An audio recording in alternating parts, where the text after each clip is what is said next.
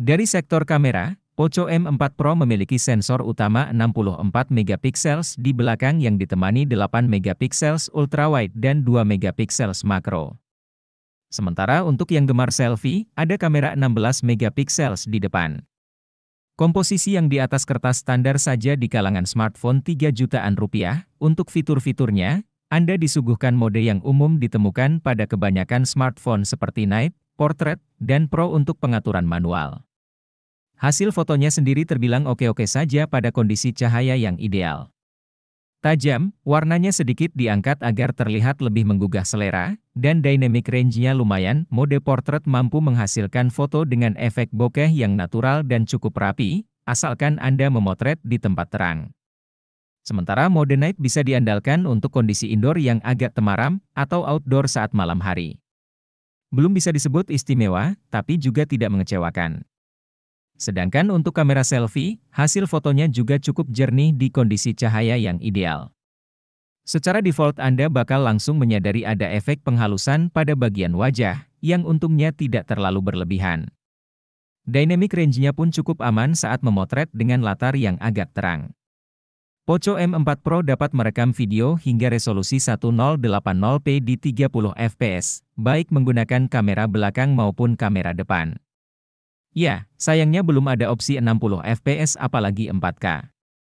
Selain movie frame, tidak banyak fitur yang tersedia untuk perekaman dengan kamera depan. Tapi kalau pakai kamera belakang, Anda bisa merekam dengan mode makro 720p 30 fps.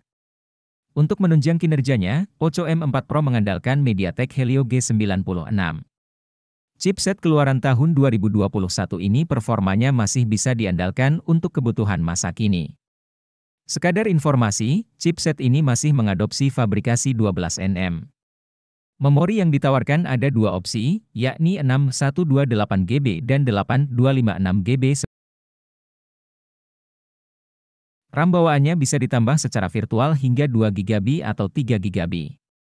Demi menjaga suhu, Poco melengkapinya dengan Liquid Cool Technology.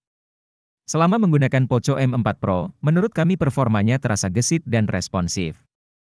Aplikasi-aplikasi standar dapat berjalan mulus tanpa kendala.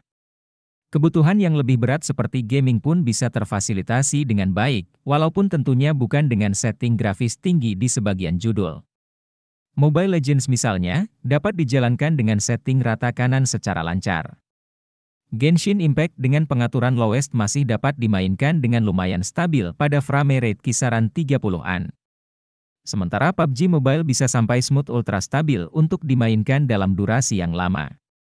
Intinya Poco M4 Pro cukup oke untuk gaming. Selama bermain pun peningkatan suhunya masih di kisaran yang aman dan tidak mengganggu kenyamanan apalagi sampai membuat frame rate drop parah.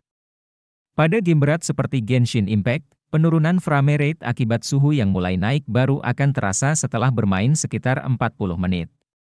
Baterai HP ini 5000 mAh seperti pada kebanyakan ponsel kelas menengah masa kini. Daya tahannya standar saja untuk penggunaan sehari-hari dari pagi hingga malam. Satu nilai plusnya, Poco tetap menyediakan charger untuk mendukung teknologi 33W fast charging pada ponsel ini. Ya, Anda tidak perlu beli terpisah. Pengisian dayanya pun cepat, sekitar 1 jam 10 menit saja. Seperti yang kami sebutkan di awal artikel, Poco M4 Pro merupakan opsi menarik bagi Anda yang mencari ponsel kelas menengah untuk main game. Keseimbangan performa di hampir semua lini juga membuat perangkat ini ideal untuk lebih banyak tipe pengguna, apalagi anak muda. Bagi yang berminat, Poco M4 Pro 6128GB harganya Rp2.999.000, sementara varian 8256GB dibanderol dengan harga Rp3.499.000. Pembelian bisa melalui Poco ID serta beberapa e-commerce ternama lainnya di Indonesia.